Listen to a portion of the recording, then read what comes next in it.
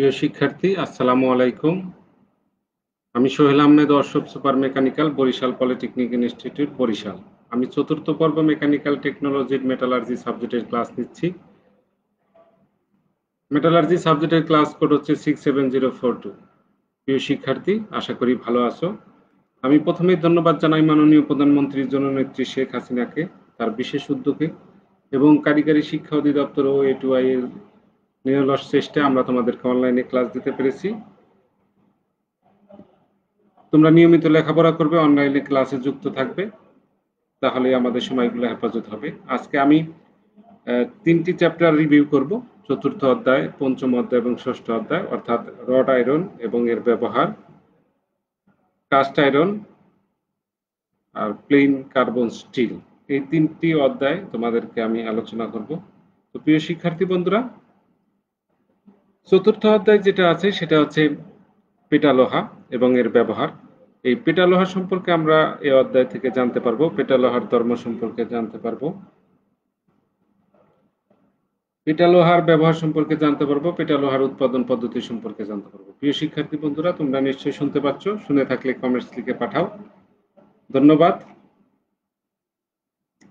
পেটালোহা বা নরম লোহা।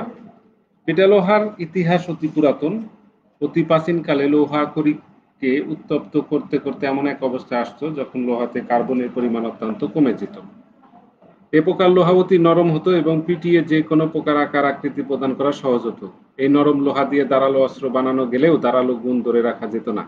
সে কারণে এই নরম লোহা দিয়ে অস্ত্র বানিয়ে তাতে কার্বন বৃদ্ধি করার ব্যবস্থা নেওয়া হতো। প্রাচীনকালে এভাবেই পেটালোহার উৎপাদন ও ব্যবহার হতো।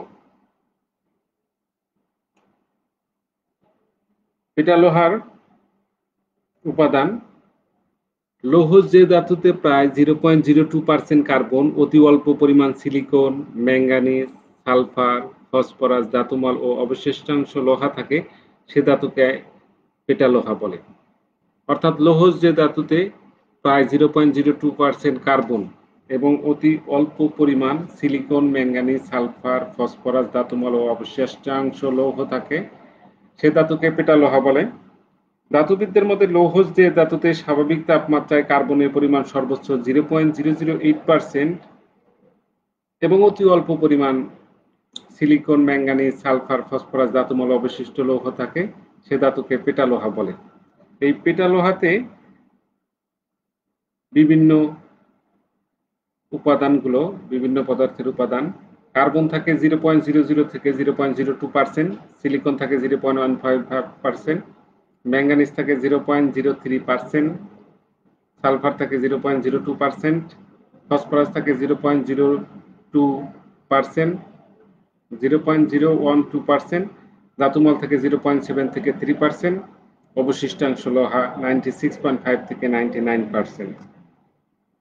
পেটালোহাতে লৌহের বিশুদ্ধতম রূপ। এতে 96.5 এর উপরে লোহা থাকে বলে ধরা হয়।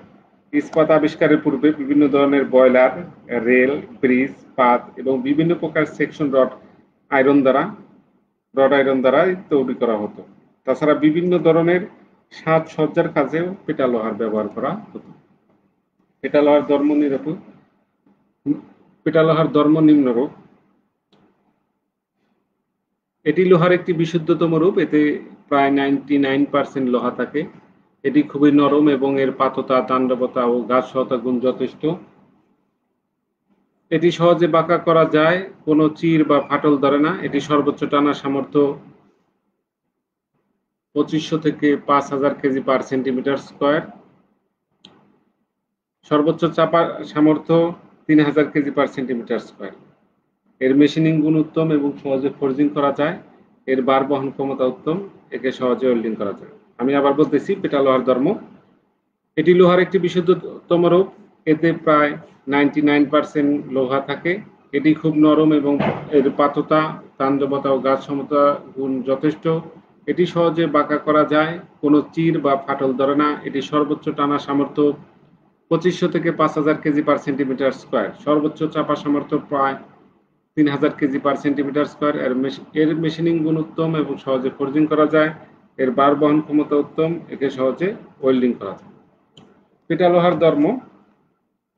পেটা লোহা প্রধানত chain, dropper, pipe, pipe fittings, plate, sheet, boiler tube, পেরেক, নাট, রেলওয়ে কাপলিং, স্টেবোল্ট, তার, কেবল, রিবেট, বৈদ্যুতিক শিল্প প্রতিষ্ঠান, তেল ও গ্যাস শিল্প প্রতিষ্ঠান এবং জাহাজ নির্মাণ শিল্প প্রতিষ্ঠানে বিভিন্ন কাজে ব্যবহৃত হয়।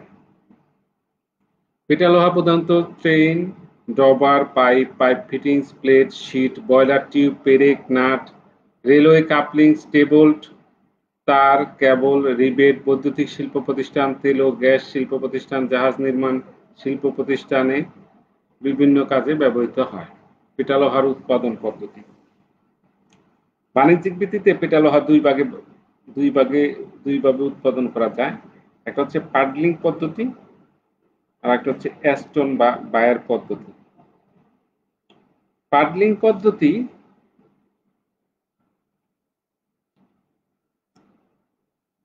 পদ্ধতিতে যে চুল্লি ব্যবহার করা হয় সেটা হচ্ছে রিভারবেরেটরি বা পরাবর্তক চুল্লি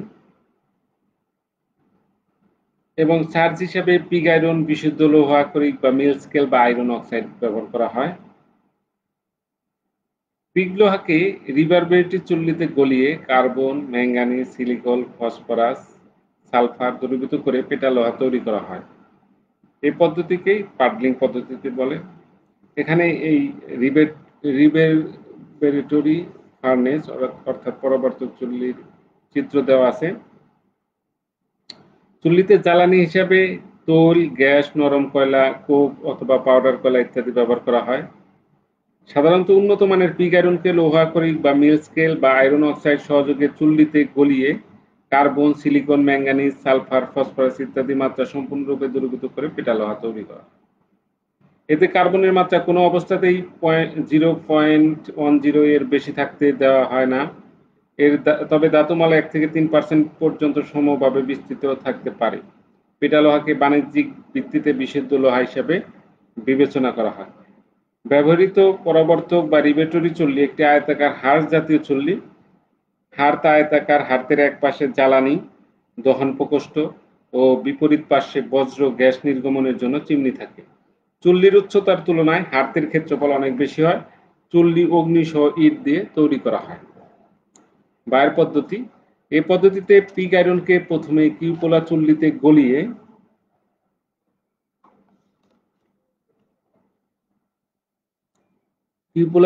গলিয়ে পরিশোধনের জন্য বেসিমার কনভার্টারে উত্তপ্ত করা হয়।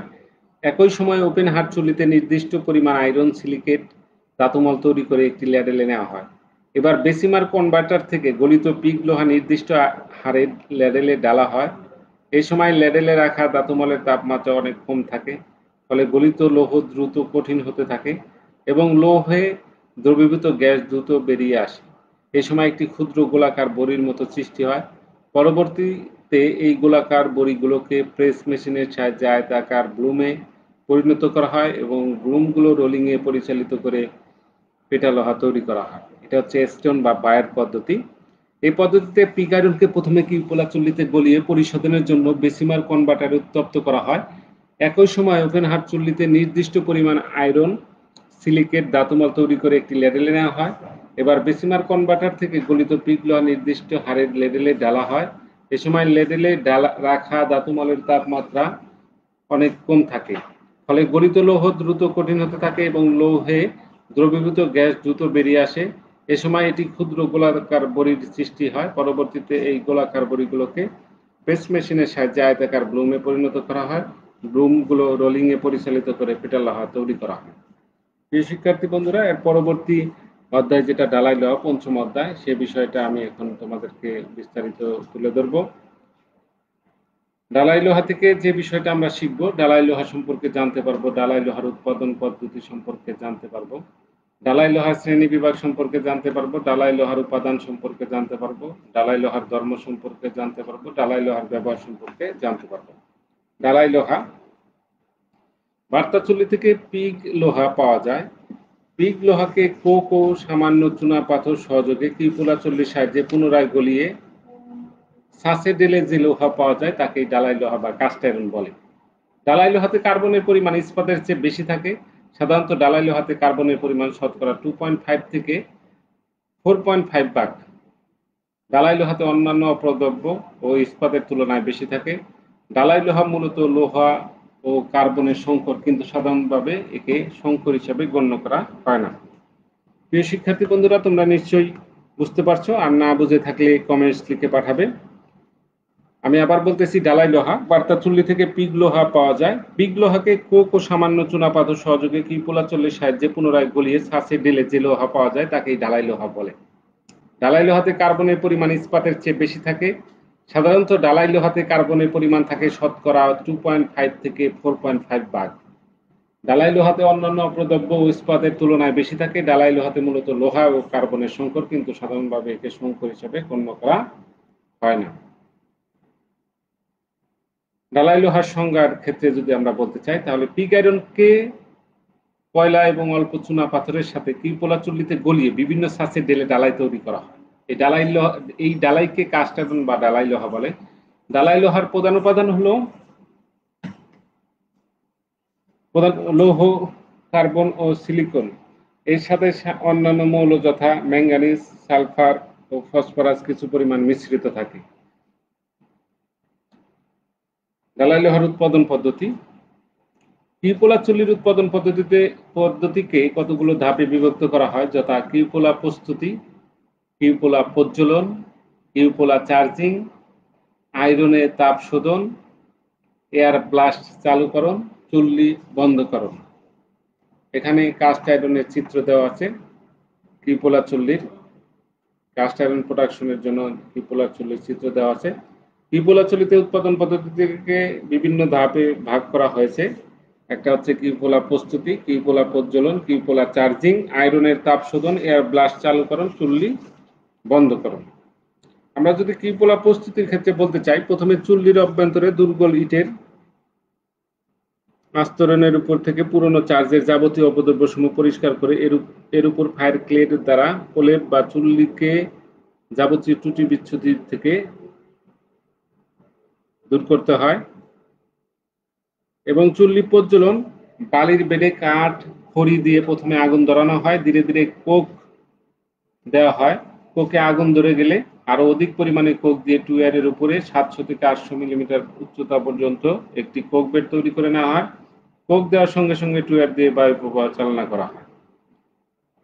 কিউপোলা চার্জিং, যথাযথ উচ্চতায় কোক বেড গঠিত হয়ে সম্পূর্ণ কোক পুরোপুরি প্রজ্বলিত হয়ে গেলে পিগ আয়রন, স্টিল স্ক্র্যাপ, চুনা পাথর চুল্লিতে স্তরে স্তরে দেওয়া হয়। কোক ধাতুর অনুপাত ওজনে 1:8 বা 10 থাকে। চুল্লি থেকে প্রাপ্ত ধাতুর ওজনে 25 থেকে 50% স্টিল স্ক্র্যাপ ব্যবহার করা হয়। কোক ও ধাতুর স্তরসমূহ চুল্লির আকার অনুযায়ী হিসাব করে নেওয়া হয়। চুল্লির তাপ শোধন, চার্জিং দরজা পর্যন্ত কিউপোলা চার্জ দেওয়ার পর প্রায় 45 মিলিমিটার বায়ু প্রবাহ বন্ধ রাখা হয়। এ সময় চার্জ হিসাবে সরবরাহকৃত লোহা তাপ শোষণ করে উত্তপ্ত হয়ে ওঠে। এয়ার ব্লাস্ট চালুকরণ, তাপ শোষণকাল শেষে আবার বায়ু প্রবাহ চালু করা হয়। ধীরে ধীরে কয়েক মিনিটের মধ্যে গলিত ধাতু নিচে জমা হতে থাকে। তখন ট্যাপ হোল দিয়ে স্ল্যাগ এবং ফ্লাক্স দ্রব্যাদির সঙ্গে বিক্রিয়া করে সৃষ্ট ধাতুমাল হাড়তে গলিত ধাতুর উপরে বাঁচতে থাকে। স্ল্যাগ হোল দিয়ে বাইরে বেরিয়ে অনবরত পড়তে থাকে। এরপর চুল্লি বন্ধকরণ, অর্থাৎ ধাতু ঢালাই শেষ হলে বাতাসের চাপটা বন্ধ করে প্রপ খুলে দেওয়া হয়। চুল্লির তলের পাতসমূহ দুই দিকে চলে যায়, এতে চুল্লির ভিতরে অবশিষ্ট চার্জিং দ্রব্যাদি নিচে পড়ে যায়। ডালাই লোহার শ্রেণী বিভাগ। ডালাই লোহাকে 6 ভাগে ভাগ করা যায়, যেমন white cast iron, malleable cast iron, grey cast iron, chilled cast iron, nodular cast iron, alloy cast iron. White cast iron, malleable cast iron, grey cast iron, chilled cast iron, nodular cast iron, alloy cast iron. বিভিন্ন প্রকার ডালাই লোহার উপাদান। White caste আয়রনে কার্বনের পরিমাণ থাকে 2 থেকে 2.5%, silicon থাকে 0.85 থেকে 1.2%, ম্যাঙ্গানিজ থাকে সর্বোচ্চ 0.4%, সালফার থাকে 0.12%, ফসফরাস থাকে সর্বোচ্চ 0.2% এবং অবশিষ্ট লোহা। হচ্ছে হোয়াইট কাস্ট আয়রনের উপাদান। কার্বন 2.2 থেকে 5%, সিলিকন থাকে 0.85 থেকে 1.20%, ম্যাঙ্গানিজ থাকে গ্রেটার দেন 0.4%, সালফার থাকে গ্রেটার দেন 0.12%, ফসফরাস থাকে 0.2%, অবশিষ্ট লোহা থাকে। মেলেবল কাস্ট আয়রনের মধ্যে কার্বন থাকে 2.00 থেকে 2.65%, সিলিকন থাকে 0.90 থেকে 1.40%, ম্যাঙ্গানিজ থাকে 0.25 থেকে 0.55%, সালফার থাকে 0.05%, ফসফরাস থাকে সর্বোচ্চ 1.18% এবং অবশিষ্টাংশ লোহা। এটা হচ্ছে মেলেবল কাস্ট আয়রন, যেখানে কার্বনের পরিমাণ থাকে 2.00 থেকে 2.65%, সিলিকন থাকে 0.90 থেকে 1.40%, ম্যাঙ্গানিজ থাকে 0.25 থেকে 0.55%, সালফার থাকে 0.05 থেকে 0.5%, ফসফরাস থাকে গ্রেটার দেন 0.18%, অবশিষ্টাংশ লোহা থাকে। গে কাস্ট আয়রনে কার্বনের পরিমাণ 3.00 থেকে 3.75%, সিলিকন থাকে 1.00 থেকে 2.75%, ম্যাঙ্গানিজ থাকে 0.4 থেকে 1.00%, সালফার থাকে 0.02 থেকে 0.15%, ফসফরাস থাকে গ্রেটার দেন 0.15 থেকে 1.00% এবং অবশিষ্টাংশ লোহা। বিভিন্ন প্রকার ডালাই লোহার গুণাগুণ, যেমন হোয়াইট কাস্ট আয়রনে আমরা দেখছি। হোয়াইট কাস্ট আয়রন খুবই শক্ত এবং সহজে মেশিনিং করা যায়, সহজে ক্ষয় হয় না। বিনের হার্ডনেস গে কাস্ট আয়রনের চেয়ে বেশি। গলনাঙ্ক 11.50 ডিগ্রি সেন্টিগ্রেড, টানা সামর্থ্য 1400 থেকে 1700 degree KG per centimetre square. Grey cast আয়রনের বৈশিষ্ট্যের মধ্যে সহজে ডালাই করা যায়, দেখতে ধূসর বর্ণের, তুলনামূলক দাম কম, সহজে ক্ষয় হয় না। গলনাঙ্ক 1150 থেকে 1300 ডিগ্রি সেন্টিগ্রেড, কম্পন শোষণ করতে পারে, ক্ষয় প্রতিরোধক। মেলেবল কাস্ট আয়রনের গুণাবলী, মেশিনিং করা যায়, ভিনেল হার্ডনেস নাম্বার 160 হতে 200 ডিগ্রি 200, হিট ট্রিটমেন্ট করা যায়, টানা শক্তি 4200 থেকে 63 KG per centimetre square, yield point 2500 KG per centimetre square, নরম এবং নমনীয়, ফোর্জিং করা যায়, উত্তম মেশিনিং যোগ্যতা আছে। ডালাই লোহার গুণাবলীর উপর সিলিকন, ম্যাঙ্গানিজ, সালফার, ফসফরাস ও অ্যালুমিনিয়ামের প্রভাব। সিলিকন কার্বনের পরে আয়রনের উপর সিলিকনের প্রভাব বেশি থাকে। সিলিকনের মাত্রার উপর লোহের গুণাগুণ অনেক পরিবর্তন ঘটে। সিলিকন ধাতুর তারল্যতা বৃদ্ধি করে, গলিত ধাতুর জমাট বদ্ধতাকে প্রভাবিত করে। 3.25% পর্যন্ত সিলিকন ধাতুকে নরম করে, সিলিকন লোহার সাথে কার্বন যুক্ত হওয়াকে প্রতিরোধ করে। সিলিকনের কাজ হচ্ছে সিলিকন ধাতুর তারল্যতা বৃদ্ধি করে, গলিত ধাতুর জমাট বদ্ধতাকে প্রভাবিত করে। 3.25 পর্যন্ত সিলিকন ধাতুকে নরম করে, সিলিকন লোহার সাথে কার্বন যুক্ত হওয়াকে প্রতিরোধ করে। ম্যাঙ্গানিজ কম তাপমাত্রায় থাকলে আয়রনের উপর প্রভাব বিস্তার করে না, বেশি মাত্রায় থাকলে কিছুটা প্রভাব পরিলক্ষিত হয়।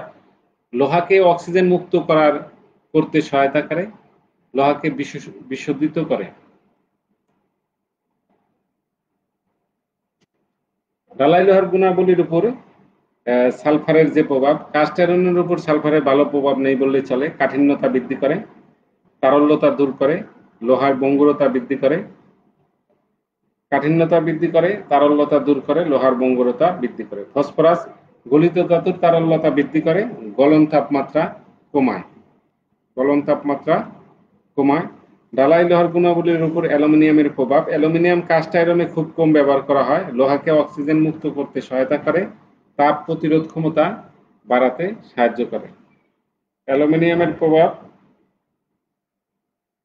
লোহাকে অক্সিজেন মুক্ত করতে সহায়তা করে, তাপ প্রতিরোধ ক্ষমতা বাড়ায়। লোহার ব্যবহার, হোয়াইট কাস্ট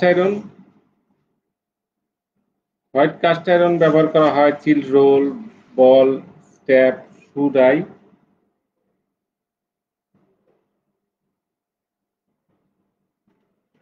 লাঙ্গলের ফলা, ওয়ারিং প্লেট, গাড়ির চাকা, স্টোন কাসার ইত্যাদি ব্যবহার করা হয়। গে কাস্ট আয়রনে ফ্লাই হুইল, বিভিন্ন ধরনের চাকা, মেশিনের ফ্রেম, সিলিন্ডার, পিস্টন, পানির পাইপ, মেশিন কাস্টিং ইত্যাদি তৈরিতে ব্যবহার করা হয়।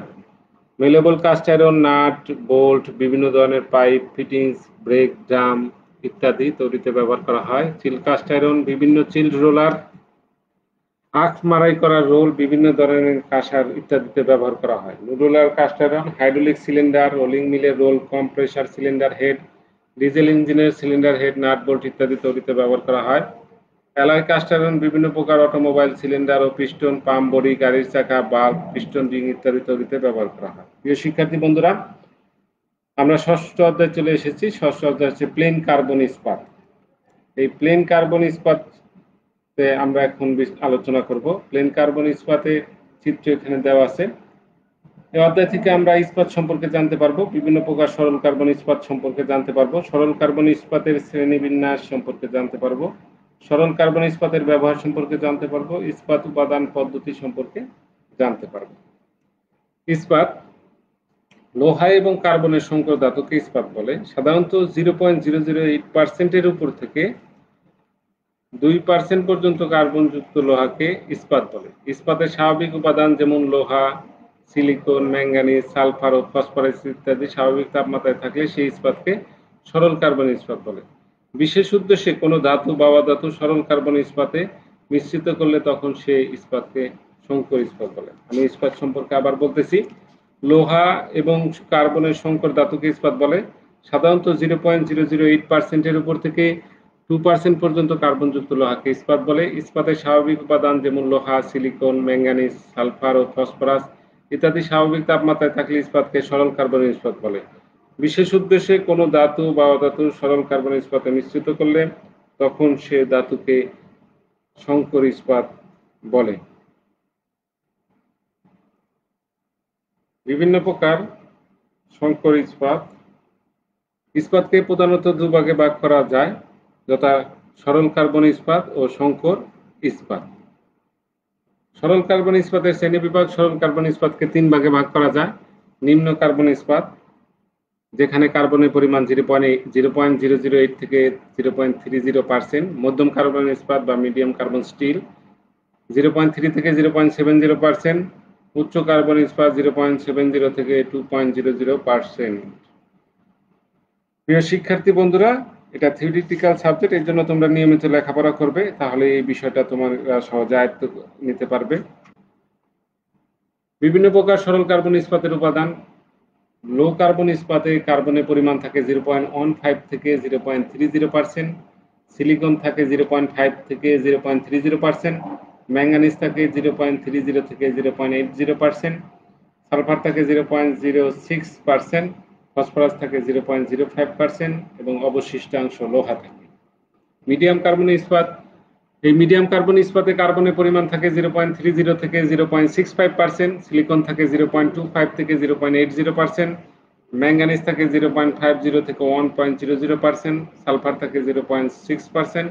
ফসফরাস থাকে 0.50%। অবশিষ্টাংশ লোহা থাকে। High carbon steel. কার্বনের পরিমাণ থাকে 0.65 থেকে 1.75%। সিলিকন থাকে 0.25 থেকে 0.80%।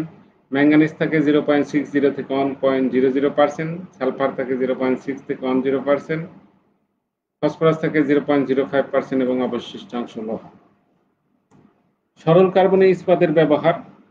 এই লো কার্বন স্টিল, এই লো কার্বন স্টিলের কার্বনের শতকরা হার এবং শিল্পক্ষেত্রে ব্যবহার আমরা দেখব। কার্বনের পরিমাণ থাকে 0.05 থেকে 0.7%। অধিক তাণ্ডব তার তৈরির জন্য ব্যবহার করা হয়। অর্থাৎ যে লো কার্বন স্টিলে কার্বনের পরিমাণ 0.05 থেকে 0.7% পর্যন্ত থাকে, সেই লো কার্বন স্টিল দিয়ে অধিক তাণ্ডব তার তৈরির জন্য ব্যবহার করা হয়। 0.70 থেকে 0.15% কার্বন মিশ্রিত থাকলে মসৃণ তলযুক্ত শীট, স্ক্রিপ, রড, তার ইত্যাদি তৈরি করা যায়। 0.20 থেকে 0.30 গিয়ার বাল্ব,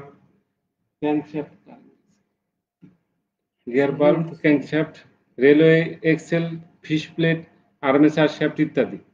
0.30 থেকে 0.45% কার্বন যেখানে থাকে সেটা রেলওয়ে এক্সেল, কানেক্টিং রড, তার ও রড, স্প্রিং, ক্লিপ, রোটর এবং গিয়ার শ্যাফট ইত্যাদি তৈরিতে ব্যবহার করা হয়। মিডিয়াম কার্বন স্টিলে যেখানে কার্বনের পরিমাণ 0.45 থেকে 0.55%, সেটা দিয়ে রেলগাড়ির এক্সেল, বড় ধরনের machining, crank pin, ring, gear axle ইত্যাদি তৈরিতে ব্যবহার করা হয়। 0.55 থেকে 0.70% কার্বন যে স্টিলের মধ্যে থাকে সেটা দিয়ে drop, forging, বাইস, die block, bolt, heading, বাইস plate ইত্যাদি তৈরিতে ব্যবহার করা হয়। 0.70 থেকে 0.80% কার্বনের পরিমাণ থাকলে স্টিলের মধ্যে গাছ সহ শক্ত ইস্পাত, রেঞ্চ, বাইসের চোয়াল, শেয়ার ব্লেড, হ্যাক্স, নিউমেটিক ড্রিল বিট, রেলগাড়ির চাকা ইত্যাদি তৈরিতে ব্যবহার করা হয়। হাই কার্বন স্টিল কার্বনের শতকরা হার এবং শিল্পক্ষেত্রে ব্যবহার। 0.88 থেকে 0.9% কার্বন মিশ্রিত থাকলে পাঞ্চ ও ডাইস, রেলওয়ে রেল, লাঙ্গলের ফলা, রক ড্রিল, ছুরি, ক্লাচ ইত্যাদি তৈরিতে ব্যবহার করা হয়। 0.9 থেকে 1.00% কার্বন মিশ্রিত থাকলে স্প্রিং, চাবি, পিন, পাঞ্চ এবং ডাইস ইত্যাদি তৈরিতে ব্যবহার করা হয়। স্টুল স্টিল, এই স্টুল স্টিলে কার্বনের পরিমাণ যখন 1.00 থেকে 1.10, তখন শিল্পক্ষেত্রে এটার মাধ্যমে tap, spring, Mendel, machine tools, railway spring ইত্যাদি তৈরিতে ব্যবহার করা হয়।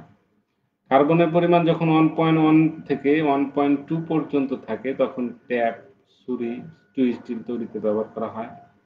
কার্বনের পরিমাণ যখন 1.2 থেকে 1.3% পর্যন্ত থাকে তখন বিভিন্ন ধরনের ফাইল তৈরির জন্য ব্যবহার করা হয়। কার্বনের পরিমাণ যখন 1.3 থেকে 1.5% পর্যন্ত হয় তখন ওয়্যার ড্রয়িং, ডাইস, সিল্ড, লোহা কাটার জন্য টুল বিট, কাগজ কাটার ছুরি ইত্যাদি তৈরিতে ব্যবহার করা হয়। কার্বনের পরিমাণ যখন 1.5 থেকে 1.6% থাকে তখন ইস্পাত কাটা করাত, ওয়্যার ড্রয়িং, ডাইস ইত্যাদি তৈরিতে ব্যবহার করা হয়। এখন আমরা সরল কার্বন ইস্পাতের উৎপাদন পদ্ধতিটা আলোচনা করব।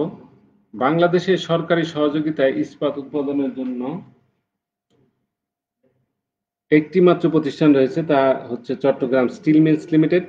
এই কারখানাটি চট্টগ্রাম কর্ণফুলী নদীর তীরে পতেঙ্গা নামক স্থানে অবস্থিত। উক্ত স্টিল মিলে বেসিক ওপেন হার্ট পদ্ধতিতে ইস্পাত উৎপাদন করা হয়। প্রিয় শিক্ষার্থী বন্ধুরা, বিশ্বে প্রায় 80% ইস্পাত বেসিক ওপেন হার্ট পদ্ধতির মাধ্যমে তৈরি করা হয় এবং আমাদের দেশে সরকারি সহযোগিতায় একটি মাত্র স্টিল উৎপাদন প্রতিষ্ঠান রয়েছে, সেটাও কিন্তু বেসিক ওপেন হার্ট পদ্ধতির মাধ্যমে স্টিল উৎপাদন করা হয়। এটা যদি আমি বিস্তারিত বলতে চাই তাহলে এভাবে বলবো, অর্থাৎ বাংলাদেশের সরকারি সহযোগিতায় ইস্পাত উৎপাদনের জন্য একটি মাত্র প্রতিষ্ঠান রয়েছে, তা হচ্ছে চট্টগ্রাম স্টিল মিলস লিমিটেড। এই কারখানাটি চট্টগ্রাম কর্ণফুলী নদীর তীরে পতেঙ্গা নামক স্থানে অবস্থিত। উক্ত স্টিল মিলে বেসিক ওপেন হার্ট পদ্ধতিতে ইস্পাত উৎপাদন করা হয়ে থাকে। বেসরকারি পর্যায়ে বিভিন্ন এলাকায় ছড়িয়ে ছিটিয়ে থাকা ইস্পাত মিল সমূহে খুব কম ক্ষেত্রেই উন্নত মানের স্টিল উৎপাদন করা হয়ে থাকে। সেসব ক্ষেত্রে কারখানায় প্রত্যক্ষ বৈদ্যুতিক আঁচচল্লি ব্যবহার করে ইস্পাত উৎপাদন করা হয়। আর ক্ষুদ্র পরিসরে ক্রুসিবল পদ্ধতিতেও ছোট ছোট ওয়ার্কশপে কিছুটা ইস্পাত জ্বালাইয়ের কাজ করা হয়। এখানে চট্টগ্রাম স্টিল মিলের পদ্ধতি আমরা তুলে ধরব, আলোচনা করব। ইস্পাত উৎপাদনের জন্য এই মিলে কাঁচামাল হিসেবে বিদেশ থেকে পিগ আয়রন, স্টিল স্ক্র্যাপ ও লৌহ আকরিক আমদানি করা হয়। জ্বালানি হিসাবে সংলগ্ন ইস্টার্ন রিফাইনারি থেকে প্রাপ্ত জ্বালানি তেল, বাংলাদেশ অক্সিজেন লিমিটেড থেকে গ্যাস ব্যবহার করা হয়। ব্যবহৃত চুল্লি এবং উৎপাদন পদ্ধতি। বর্তমান বিশ্বের 80% স্টিল বেসিক ওপেন হার্ট পদ্ধতিতে উৎপাদন করা হয়, কারণ এতে উন্নত মানের ফসফরাস মুক্ত স্টিল উৎপাদন করা সহজ। সেই জন্য আমাদের দেশেও বেসিক ওপেন হার্ট চুল্লি ব্যবহার করা হয়। এই চুল্লিতে প্রায় 12 মিটার দৈর্ঘ্য এবং 4.5 মিটার প্রস্থ ও প্রায় 45 মিটার গভীরতার একটি আয়তাকার হার্থ আছে। চুল্লির বহিরাবরণ ইস্পাত প্লেটের, যার ভিতরের দিকে দুর্গল ইটের আস্তরণ দেওয়া থাকে। এই চুল্লির দেওয়াল ও হাড়তে ডলোমাইট ও ম্যাগনেসাইট ইটের আস্তরণ ব্যবহার করা হয়। ছাদে সিলিকাইটের আস্তরণ দেওয়া হয়। চুল্লি চার্জিং দ্রব্যাদির প্ল্যাটফর্মের সামান্য উপরে চুল্লির কয়েকটি চার্জিং দরজা থাকে, যেগুলো যান্ত্রিক উপায়ে পরিচালিত। চার্জিং দরজা দিয়ে চুল্লির ভিতরে চার্জিং দ্রব্যাদি দেওয়া হয়। সময় সময় চুল্লির ভিতরের অবস্থা পর্যবেক্ষণ করা হয়। গলিত ধাতু বের করে নেওয়ার জন্য চুল্লির বিপরীত পাশে হাতের নিচে চুল্লির মাঝামাঝি অংশে একটি ধাতু নির্গমন পথ থাকে, যাকে ট্যাপ হোল বলা হয়। ধাতু গলনের সময় ট্যাপ হোলকে প্লাগ দ্বারা বন্ধ করা হয়। ট্যাপ হোলের উপরে স্ল্যাগ লেভেলের ধাতু মাল বের করার জন্য আরেকটা ছিদ্রপথ থাকে, তাকে স্ল্যাগ নজ বলা হয়।